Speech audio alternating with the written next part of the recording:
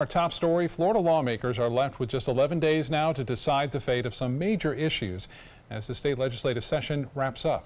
The priorities remain school safety and gun control following the tragic Parkland shooting. Lawmakers also focusing on passing a state budget.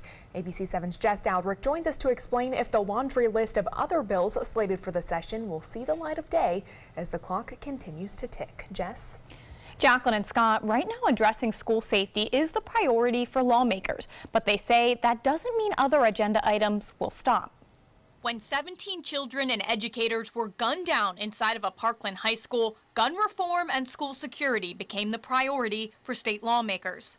I think that this is the #1 priority. This is the moment that we can really make something happen and really affect positive change for Floridians. And this is what I want to stay focused on throughout the rest of the session. Right now, there are 3 different versions of bills addressing school safety and gun reform.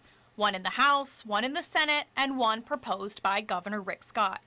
So my guess is what's going to happen is we're going to hear the bill on Wednesday on the floor, and we'll probably take a vote on it.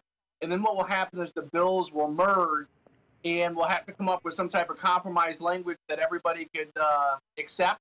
Whatever lawmakers decide, addressing the issue of school safety is looking to drastically change the state budget that was originally proposed. This bill that we're talking about passing, I believe, has $400 million for mental health, school hardening, other issues to make sure that our children are safe.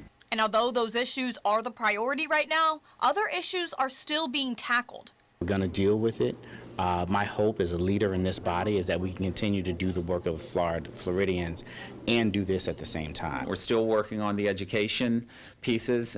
Gaming is still in play. They're going to move it in the House. Representative Joe Gruters of Sarasota says he still has 3 bills that he expects to be passed this session. One that ensures any tipsters that call Crime Stoppers stay anonymous throughout the entire process.